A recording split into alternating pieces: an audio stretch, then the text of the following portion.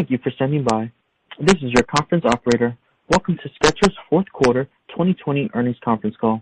As a reminder, all participants are in a listen-only mode, and the conference is being recorded.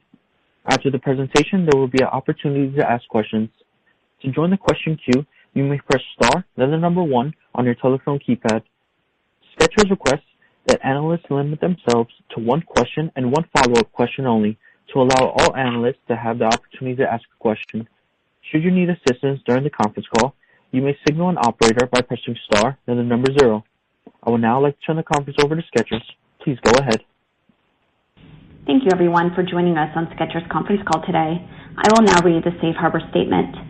Certain statements contained herein, including without limitation, statements addressing the beliefs, plans, objectives, estimates, or expectations of the company or future results or events may constitute forward-looking statements that involve risks and uncertainties. Specifically, the COVID-19 pandemic has had and is currently having a significant impact on the company's business, financial conditions, cash flow, and results of operations.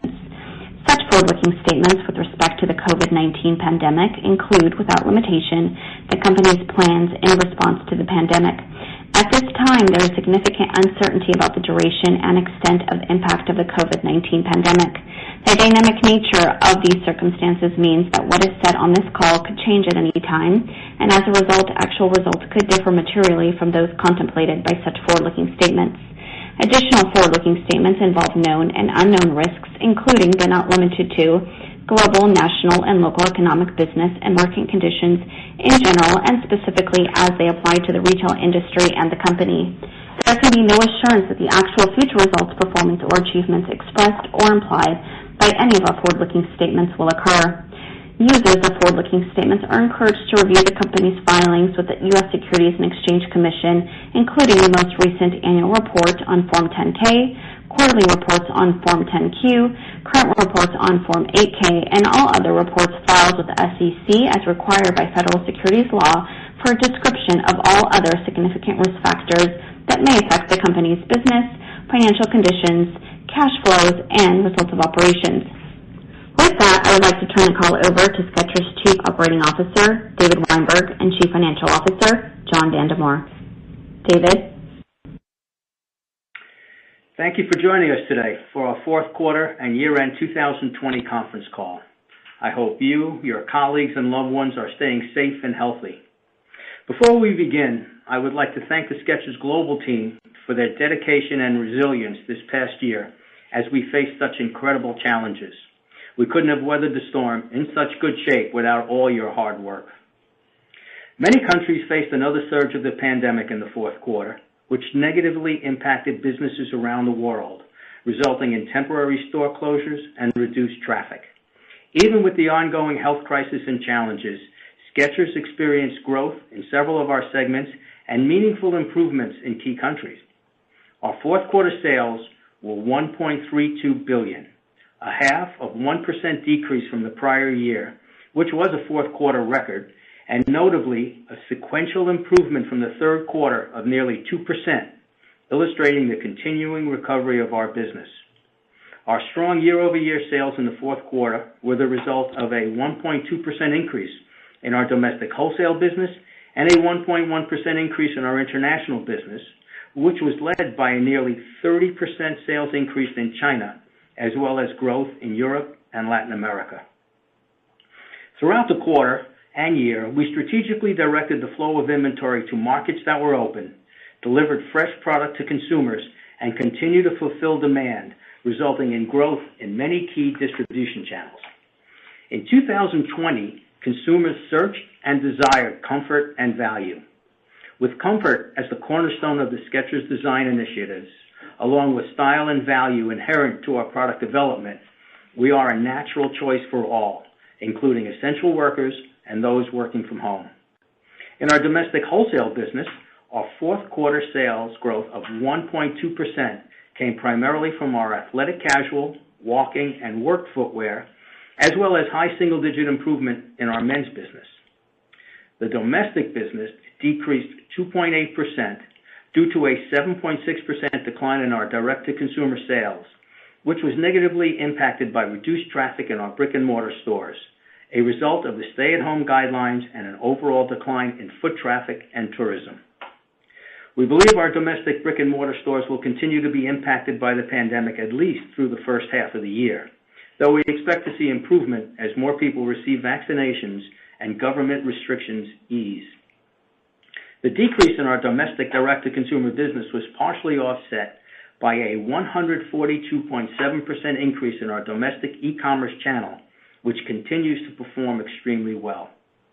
With a focus of improving our direct-to-consumer experience, over the holiday season, customers were able to shop online and pick up in store at many of Skechers locations across the United States.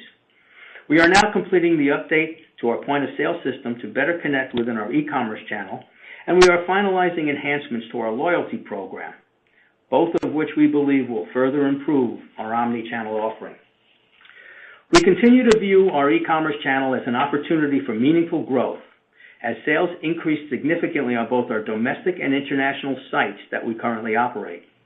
And this coming year, we plan to launch new sites across Europe and South America, which will provide both a better brand experience for consumers as well as new sales channel for Skechers in many regions.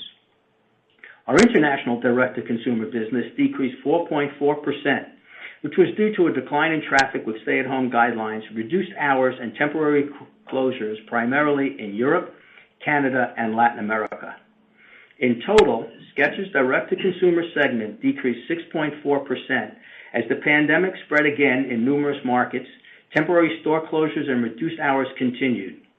In the United States, consumer traffic at our stores was approximately 35% lower, and operating hours were reduced by approximately 20%.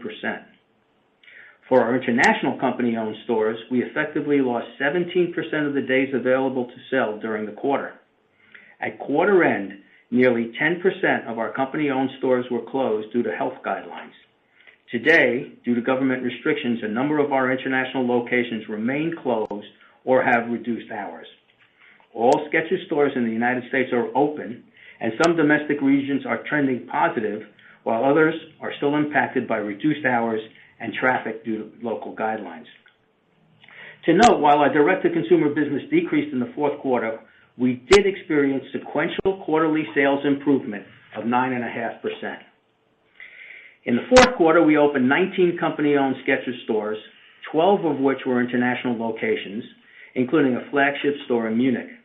We closed 6 locations in the fourth quarter, and another 18 have closed to date in the first quarter. By the end of the first quarter, another 5 to 7 company-owned stores are expected to close. An addition of 108 third-party Skechers stores opened in the fourth quarter, bringing our total store count at quarter end to 3,891. The stores that opened were across 22 countries, with China opening the most locations, including our first dedicated golf store at the famed Mission Hills Golf Resort in Shenzhen. Our international sales improved 1.1% over the same period last year, and sequentially 4.5% higher than the third quarter. Our international wholesale business improved 2.5% from the fourth quarter last year. This was the result of increases in our joint venture business of 19.4%, led by an increase of 29.7% in China, and an increase in our subsidiaries of 12.7%. The subsidiary growth was across Europe and Latin America, with exceptional improvements in the United Kingdom and Germany, as well as in Chile and Spain. As expected, our distributor business was down 57.9% due to ongoing store closures in several markets, including our largest distributor, which covers the Middle East. To support the open markets during the holiday selling period, our marketing efforts were focused on comfort, with commercials and digital advertising to support key initiatives for men, women, and kids. This included a new campaign with former quarterback and lead NFL commentator Tony Romo for Max Cushioning, who you will see in the Skechers Super Bowl commercial this Sunday. To support our business during 2020 and for the coming years, we took steps to not only enhance our POS systems and e-commerce platforms, including the addition of BOPIS and BOPAC in the United States, but also enhanced our distribution centers and supply chain production capabilities. Along with opening a new logistics center in Colombia, we have added a distribution center in the United Kingdom to serve the region in the post-Brexit environment. The automation of our new 1.5 million square foot China distribution center remains on track for full implementation by mid-year, and we continue working on the expansion of our North American distribution center, which will bring our facility to 2.6 million square feet in 2022. We anticipate many markets will remain challenged in the first half of the year due to the pandemic, but believe some countries are showing signs of recovery. During this time, we will continue to manage the flow of our inventory to fulfill demand where we are open, spend prudently in markets still impacted, and drive sales where possible. Now I'd like to turn the call over to John. Thank you, David. 2020 was an extremely challenging year, and the fourth quarter was no exception. Multiple markets continued to experience significant operating restrictions, including store closures and reduced operating hours. Despite this, the Skechers brand performed exceptionally well, with encouraging sell-through and strong gross margins. In addition, the Skechers organization continued to effectively navigate the uncertainty of this environment while making investments for the future. While we expect similar challenges to continue for at least the first half of 2021, we are confident that the strength and resilience of the Skechers brand and the execution of our growth strategy focused on expanding our international footprint and increasing our direct-to-consumer relationships will deliver shareholder value. Now let's turn to the fourth quarter results. Sales in the quarter totaled $1.32 billion, a decrease of $6 million or 0.5% below the prior year. We believe that this is a notable accomplishment when considering both the current operating environment and that last year represented a fourth quarter sales record for the company. On a constant currency basis, sales decreased $33.5 million or 2.5%. Domestic wholesale sales increased 1.2% or $3.5 million, fueled by broad strength across customer types and encouraging consumer sell-through in multiple categories. International wholesale sales increased 2.5% in the quarter. Our subsidiaries were up 12.7%, led by Latin America and Europe, which grew 29.9% and 22.9% respectively. Our joint ventures were up 19.4% in the quarter. China sales grew 29.7%, driven by strong e-commerce channel performance, particularly around Singles' Day and December's 12/12 event. These increases were offset by our distributor business, which, as expected, decreased 57.9% or $72.6 million in the quarter, reflecting acute challenges in several distributor-managed markets. Direct-to-consumer sales decreased 6.4%, the result of a 7.6% decrease domestically and a 4.4% decrease internationally, reflecting both challenged consumer traffic trends and the impact of temporary store closures and operating hour restrictions. However, these results were partially offset by another strong increase in our domestic e-commerce business of 142.7%. Gross profit was $648.4 million, up $10.7 million compared to the prior year. Gross margin increased over 100 basis points versus the prior year, primarily driven by a favorable mix of international and online sales and an increase in domestic wholesale average selling price, where higher full price sell-through of several of our innovative platforms like Arch Fit and Max Cushioning drove average selling prices higher. Total operating expenses increased by $47.4 million or 8.6% to $595.7 million in the quarter. Selling expenses increased by $9.2 million or 10.4% to $97.9 million, primarily due to an increase in domestic demand creation through digital advertising channels. General and administrative expenses increased by $38.1 million or 8.3% to $497.8 million, which was primarily the result of volume-driven expenses in warehouse and distribution for both our international and domestic e-commerce businesses. Earnings from operations was $57.7 million versus prior year earnings of $94.1 million. Net earnings were $53.3 million or 34 cents per diluted share on 155.4 million diluted shares outstanding. Net income included a one-time discrete tax benefit of $15.9 million. Excluding the effects of this one-time tax benefit, adjusted diluted earnings per share were 24 cents. These compare to prior year net income of $59.5 million or 39 cents per diluted share on 154.6 million diluted shares outstanding. Our effective income tax rate for the quarter was a negative 14%. And now turning to our balance sheet. We ended the quarter with $1.37 billion in cash and cash equivalents, which was an increase of $545.9 million or 66.2% from December 31st, 2019. The increase primarily reflects the company's outstanding borrowings of $452.5 million on its senior unsecured credit facility. However, even net of those borrowings and nearly $310 million in capital expenditures, cash and cash equivalents grew by over $90 million. Trade accounts receivable at quarter end were $619.8 million, a decrease of 4% or $25.5 million from the prior year end.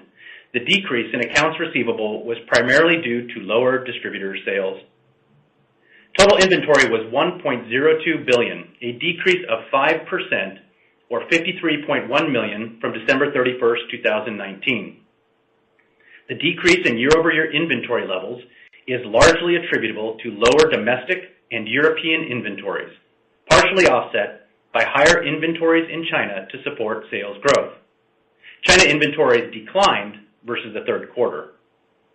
Overall, we feel confident about our inventory position and continue to actively manage our supply to meet customer demand, positioning the business constructively for the balance of this year. Total debt, including both current and long-term portions, was $735 million at December 31st, 2020, compared to $121 million at December 31st, 2019. The increase primarily reflects the drawdown of our senior unsecured credit facility in the first quarter of 2020.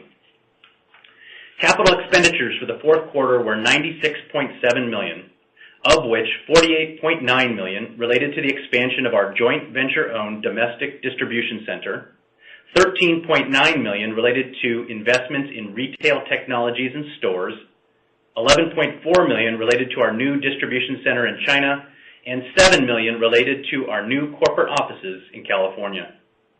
Our ongoing capital investments remain focused on our strategic priorities, enhancing our direct-to-consumer capabilities and augmenting our global distribution infrastructure.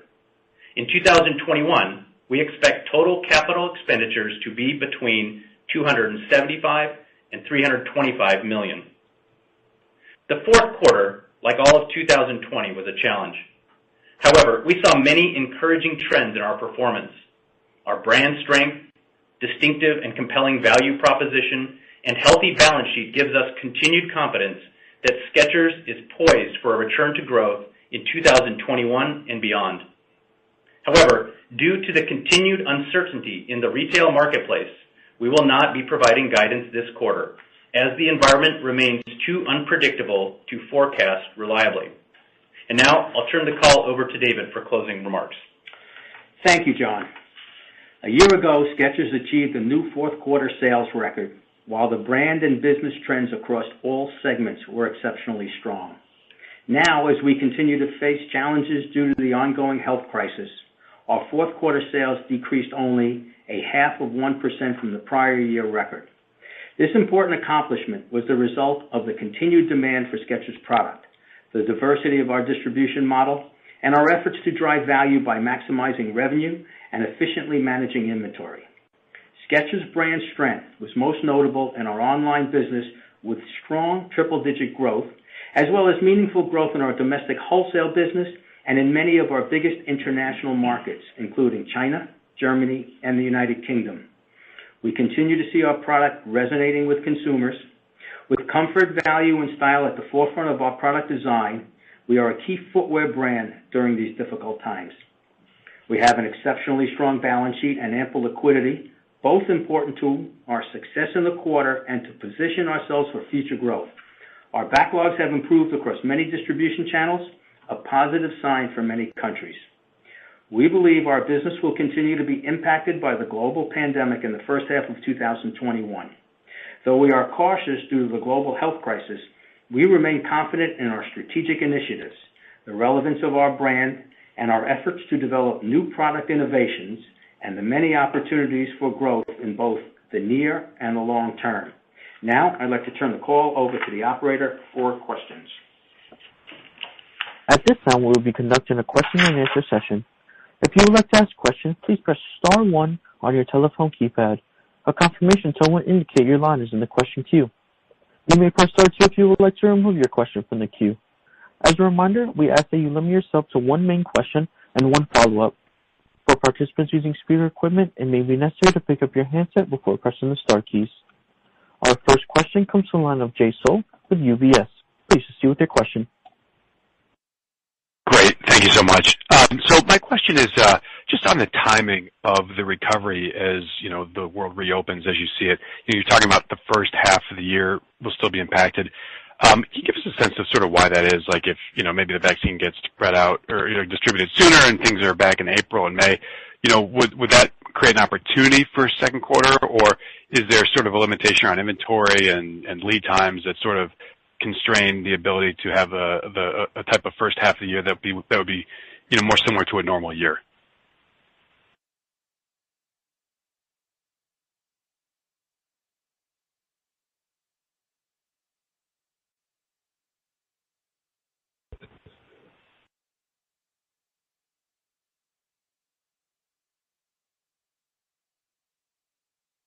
Hello?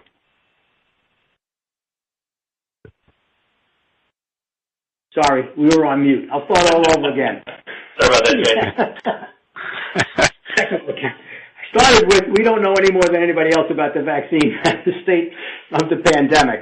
Actually, I should play it. We should record that. But anyway, but given that January started off still under significant closure, and we've had closures in Europe, which are all going through at least January and most of February, that the first half would be a good guideline to try to, before we can come out at full strength. What we did see in the last time we came out of the pandemic was very strong resurgence. So that would lead to the fact that certainly if it opens quicker and retail opens in full quicker around the world, that we would have substantial opportunities to be significantly ahead of where we are. I mean, if you think about it, we weren't down that much in the fourth quarter, and we had a significant hit from distributors that would have made for a very strong quarter, even if they had broken fairly even. The impacts we have on inventory are no different than anybody else. While we think we're doing as good a job or better than most, we still have issues at the port that we anticipate would clean up shortly. Some issues in England getting some product in because of the new Brexit rules. But other than that, from a production facility and managing the inventory, we don't have anything out there that would preclude us from having a very strong recovery, even as early as the second quarter, should things open up significantly. Got it. Okay. And then one more. And just on the G&A, I'm interested in how we should think about G&A a year from now. A lot of companies through the pandemic have done, hundreds of millions of cost cuts, and obviously, some of that probably has to come back next year as stores reopen and things like that. As we think about G&A next year, how much SG&A has to come back into the P&L in 4Q of next year, given some of the adjustments that have probably made this year? Or would you say that this quarter was more like a normal G&A quarter, and, there's not a lot of excess that will have to be re-added in next year when we get to 4Q of 21? Yeah, I think when you think about G&A and you think about the shape of the recovery, and even this quarter is a good example. I mean, if you think about our retail business, while we've taken aggressive action there to reduce variable costs where we can, we still can't reduce fixed costs like, rent and depreciation. So even in this quarter, you're seeing a struggle between the businesses that can't leverage as well as they historically would have, and, others where we're clearly making up that sales gap. As you look forward into next year, I would just caution that, while we see very good line of sight into a top-line recovery, we obviously saw great health in many of our businesses this quarter. The operating margin side of that is going to lag a bit. We need retail to get back to a point where it's leverageable. There are, I know it's hard for people to believe, but there are a lot of costs that we took out this year. In fact, this is the first quarter since the lockdown where we saw G&A grow. So, there's some costs that need to come back, some compensation, incentive compensation that went out entirely, some labor that went out entirely this year. So, what I would expect is it'll be a little stickier getting back to norm on the operating margin side, largely because of, our inability to leverage, retail G&A and even to a degree the distributor flow through that would normally leverage, our G&A spending. So over the course of the year, we expect that to get progressively better, but we do still think that will trail in 2021. 2022, assuming retail gets back to its leverageable point, things will look a lot better. The only additional element I'd caution for next year is, as we noted, we went ahead with several really important investments in our infrastructure.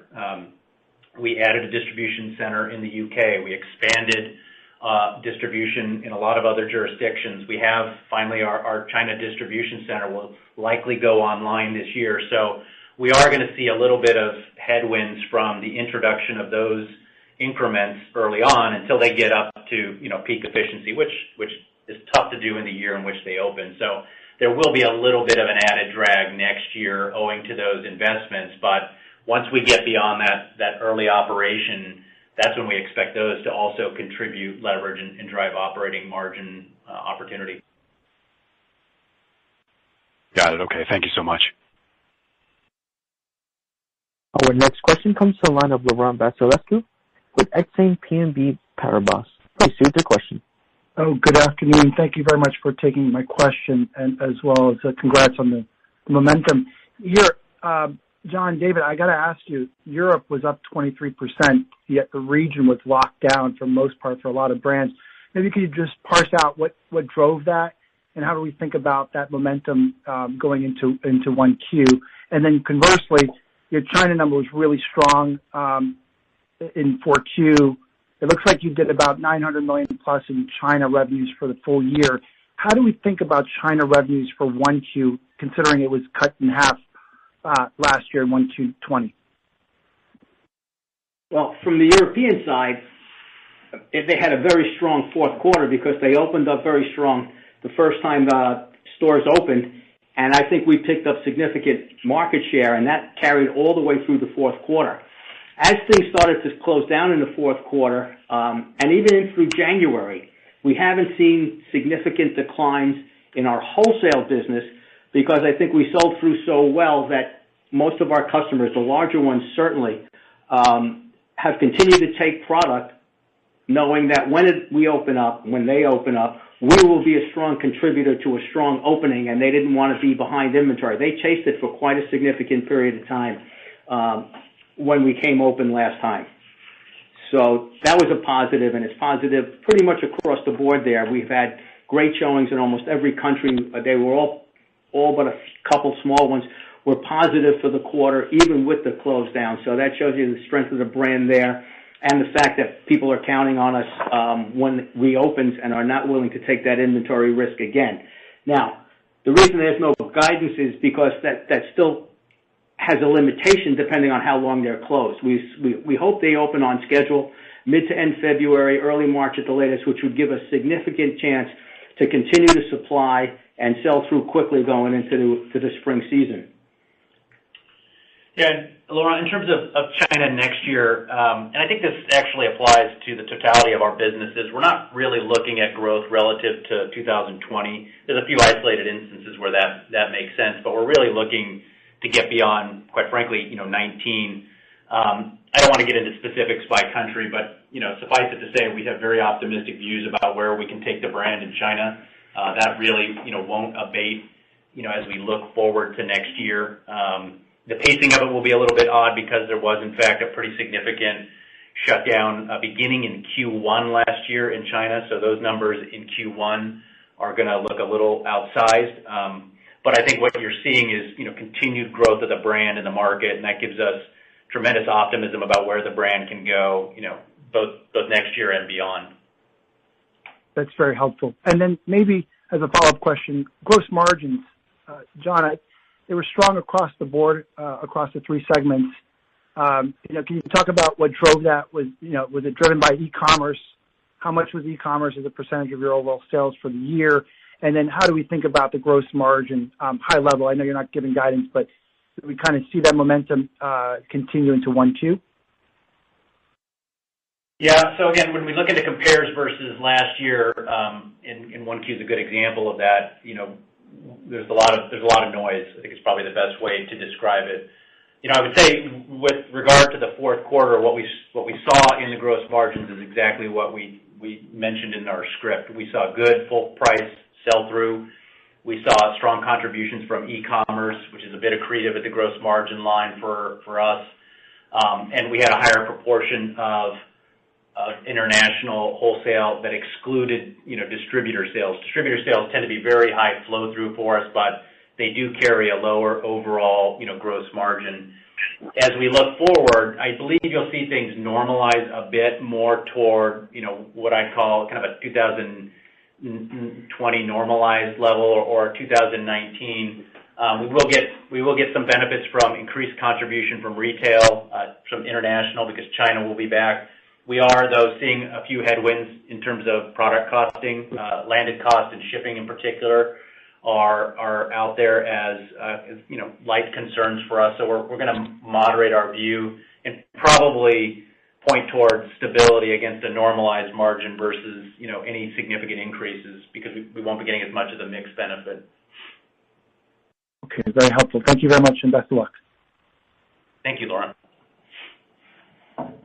Our next question comes from the line of Kimberly Greenberger with Morgan Stanley. Please stay with your question. Great. Thanks so much. I wanted to ask about just the way you understanding you're not giving revenue guidance for 2021 today. How should we think about when revenue would look more normal the way it would have back in 2019? And what are the sort of necessary conditions for that? Is it, vaccine rollout and consumers, behaving and shopping normally? How are you thinking about it internally in order to develop your expectations on what the revenue path this year might look like? I mean, I'm actually very encouraged by the revenue path. I think last quarter, this quarter shows you that the brand still has tremendous opportunity to grow on a top-line basis. I mean, obviously the key headwind at the moment is, as David mentioned earlier, the close downs we've seen, government-mandated restrictions on operating hours in the retail business. That's been the most significant headwind. That impacts us directly in our direct-to-consumer channel. It's obviously had a pretty significant impact on our distributors in their markets. So that really is the biggest swing factor. I would say as you look at our opportunities relative to growing kind of against the 19 baseline, we're actually pretty encouraged about our opportunities for the year to definitely get beyond that. But it will be influenced by, continuing lockdowns should they occur, or continuing restrictions on operating hours and foot traffic, which has been, certainly in a lot of instances, in particular mall locations, been significantly diminished. I'd like to add, I think what it shows here, I am also very confident in what we can do, that I don't believe it would take a significant push. We just need to be able to get to our consumers. If you go through the results as we've given them, you would see, because there's only a 0.5% decline, those places that were open have gained market share and have increased to the point that it could take care of significant store closures of our own and a big piece of our business with the distributors. And we don't need them to come back 100% to start getting back to a growth pattern. I personally believe that we would outstrip the growth patterns we saw through 19 and before because of the demand we've seen in those places that are open. And I personally anticipate that would be followed in all the places that are going to open. Great. Yeah. The revenue resilience really was very well showcased here in the fourth quarter. My follow-up question is on e-commerce, which is also a highlight for Q4 and I think for full year 2020. Can you just remind us in both the fourth quarter and the full year, where does e-commerce revenue sit as a percentage of your retail revenue at this point? So if you look at it the first thing I got to mention is, we have e-commerce in a couple of different locations. When you look at it in total, it's actually a pretty sizable chunk of the revenue base. China obviously is the most significant, although that gets reported in our wholesale because it's a joint venture. In terms of our domestic number, I would tell you it's north of the 10% number that we previously provided. I don't want to get into a ton of specifics about how far north, but it's definitely north of that. And we think that's sticky and it can continue. If you bring in the totality of our e-commerce revenue relative to all sales, it's probably double that 10% as a percentage of sales right now. Again, I keep in mind that that's with some pretty meaningful declines in our distributor business, so that's somewhat diluting the impact of the overall revenue at this point because those would not be e-commerce sales. Okay, so just to clarify, John, when you say you mean like it's more like 20% of the $1.2 billion in the retail direct-to-consumer segment? Well, I was giving you reference points to the fourth quarter. So I would say in the retail segment, it's north of 10. In total, it's north of, it's around 20%. Okay, great. Thanks so much for that. Sure. Our next question comes from the line of Gabby Carbone with Deutsche Bank. Please proceed with your question. Hi, good afternoon. My question is on the domestic wholesale business. Just was wondering if you could touch on what you're seeing in terms of spring orders and kind of how you're thinking about that channel moving ahead. You've put up pretty nice results here in the back half. Thanks. Well, I think as I mentioned in the prepared remarks, domestic wholesale would fit into the comment that backlogs have been increasing even year over year, and that's before we had the results of the pandemic. We're only comparing them to the time last year. So our backlogs are up. We feel the demand is significantly higher even than it was this time last year. So depending on how the pandemic rolls out, we have anticipation of continuing growth in the domestic wholesale side. I would even add to that, Gabby. We even had a few timing shifts out of this quarter into 21. So the domestic wholesale, which I think is, again, the second quarter in a row here we put up growth, could have been even better if it weren't for some timing of deliveries. So, again, that's even though there's some customers out there struggling, we're seeing broad take on the product, good sell-through, and that's encouraging in the backlog numbers. It's encouraging in what we saw this quarter, and that's definitely a good sign. Got it. Thanks. And just a quick follow-up. I was wondering how we should be thinking about, store openings moving ahead, and maybe you can comment on, anything new going on with, rent negotiations. Yeah, I would say store openings for next year on a net basis are going to be pretty modest, certainly relative to our historical, directions, mostly focused on the international markets. David mentioned in his comments we've already seen and executed some closures, this quarter, and we'll do more before the end of the quarter. The rent negotiations, that's an ongoing affair. Usually the best opportunity to have a good discussion about restructuring rent is during renewal discussions. And as those occur, we're taking as much advantage of those as we can. I wouldn't hold out any significant hope for, a major change in the near term with extent, leases, but because we've seen, a lot of, I think, any benefit we were going to get out of that earlier in the year. So I don't think that's going to be a significant opportunity, but you will see the, kind of the pace of store openings definitely step down from prior years for the most recent couple of years. Great. Thank you so much for the color. Thank you, Gabby. Our next question comes from the line of Susan Anderson with B. Riley. Please proceed with your question. Hi, thanks for taking my question, and nice job managing the quarter.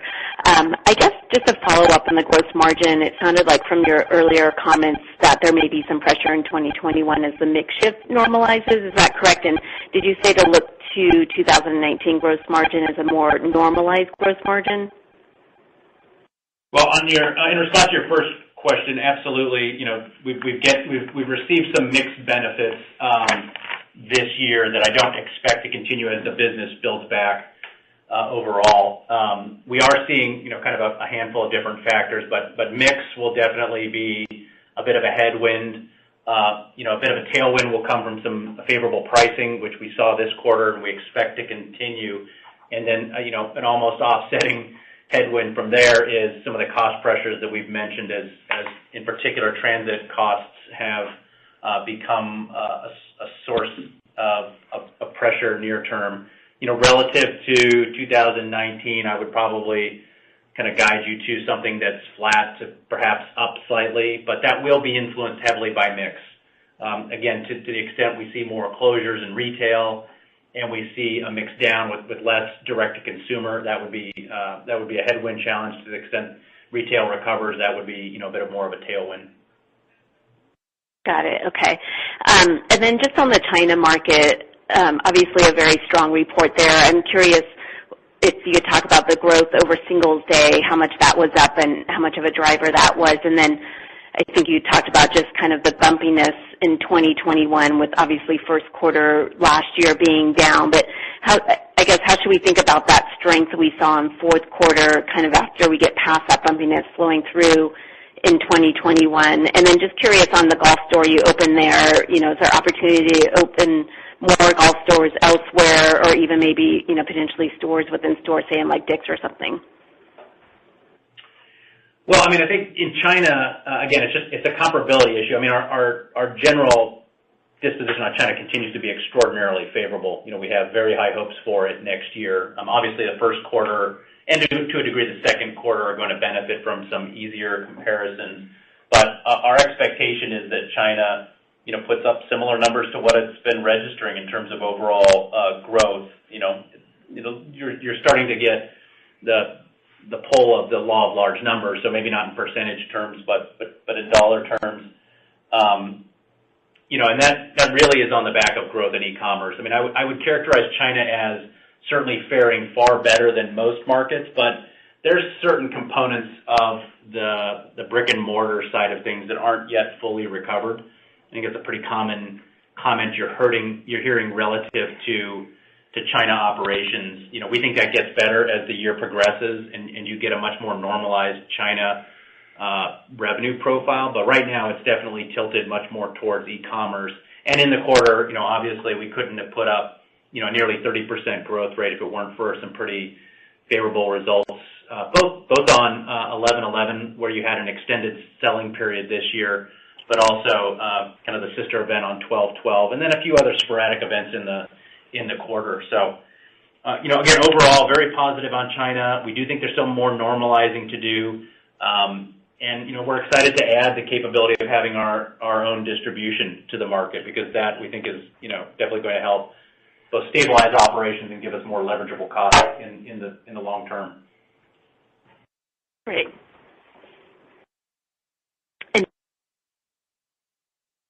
to kind of expand that idea elsewhere. Oh, sorry, Susan, I didn't hear your full question.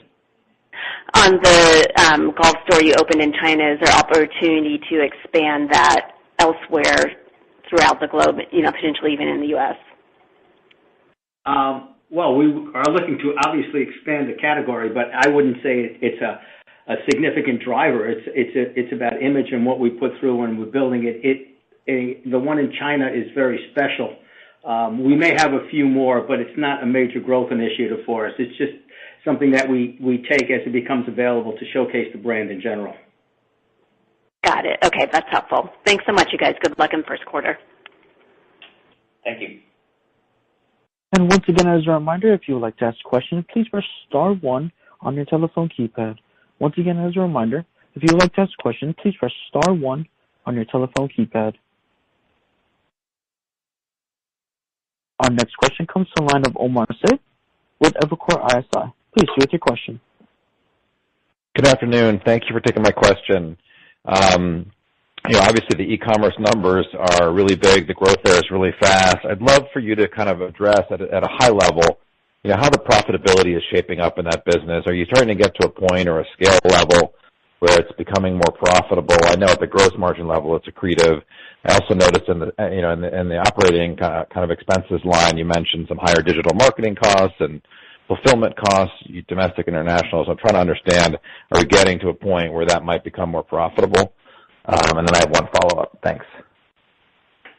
Yeah, actually, e-com for us has been very profitable. In some respects, I think that's because it had been artificially restrained a bit, until we really got the growth levels that we're starting to see over the last couple of years. So from a profitability standpoint, it's something you're always watching, and certainly as you get scale, you've got to be cognizant of. But really, through the P&L, right now we're very pleased with what we're delivering from an e-commerce perspective, and we continue to expect that to be the case. It's something actually, we're not. You hear other brands talk about struggling with that profitability, but that is not something we struggle with today. And we've made significant investments in the past. You have to understand, growing at this rate creates some inefficiencies. We put a lot of pieces in place in our distribution and fulfillment of this that we're going to take out around the world, which I think will leverage quite nicely over the next 12 months. Great. That's great to hear, guys. And then maybe you could offer a little bit more details on the loyalty program, and then how it's going to connect to the e-commerce and the digital business, and maybe some customer-level marketing initiatives around that, if you can. Thanks. Well, I don't want to spoil too much because we want to have fun launching it. I would say it's a pretty soup to nuts revamp of the program, both technically as well as from a consumer offering perspective. And what it aims to do, obviously, is significantly augment the loyalty program we have today in terms of capabilities, everything from marketing to transactional level capabilities. And it was accompanying our relaunch of the website and launch of the mobile applications that happened earlier in the year. So really, when you step back, you've got to look at those in aggregate, because together they're really forming, I think, the basis of a new approach to consumers, one more mobile enabled, more digitally enabled, more informative, easier to use. So I don't want to get into the specifics of the program because we want to launch that, but we think it's going to be a very effective means to both recruit and retain consumers.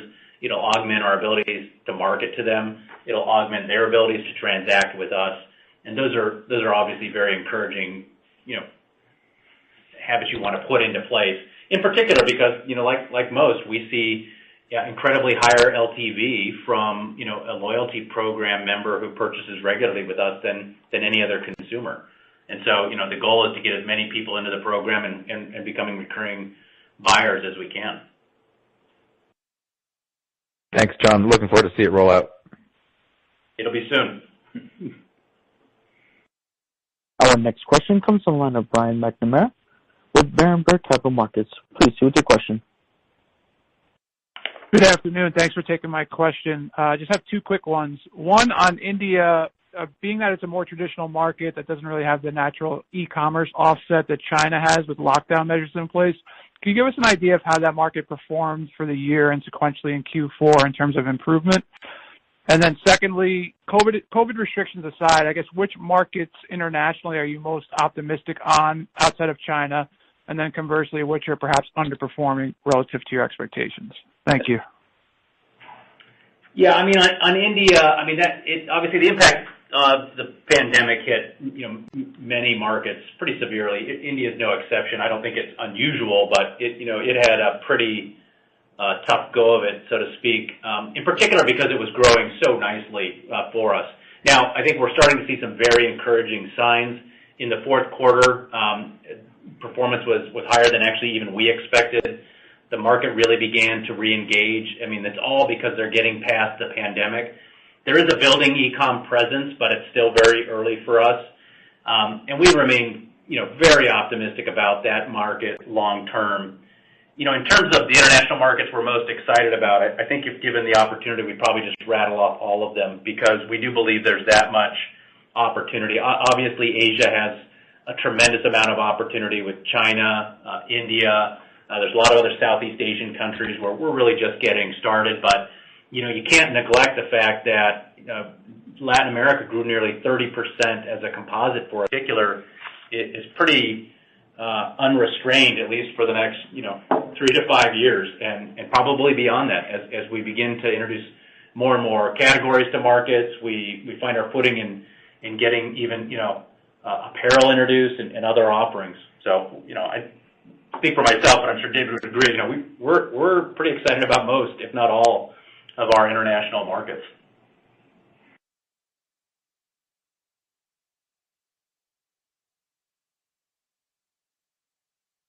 Our final question comes from the line of Jim Chartier with Monness, Crespi, Hart & Company. Please do with your question.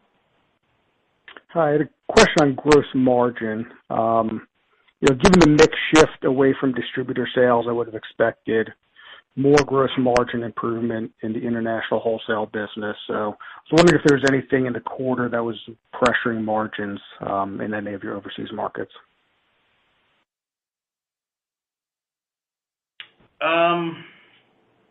No, nothing comes to mind. I mean, I would say probably the only impact you're seeing is you're still having some markets that are experiencing pretty drastic effects from, shut down. I mean, I think one thing that I don't want to get lost in this is, we dealt with a lot of lost sales days in some of those markets. So, in some respect, as they come out of that, they've got to move, merchandise. But I wouldn't highlight anything being, extraordinary in that. We're fairly pleased with the improvement we saw overall, especially given, the growth underlying that. I mean, if you back out the distributor decline that we gave you a number on, you can see that the underlying health in the wholesale business was really, really strong. So, to get that plus, I guess, to your question, even more gross margin accretion than we delivered, that's a pretty tall order. So we're generally pleased with what we saw, and we're optimistic that trajectory is going to continue. Okay, great. Thanks, and best of luck. Thanks, Jim. And with that, this concludes our question and answer session as well as today's conference call.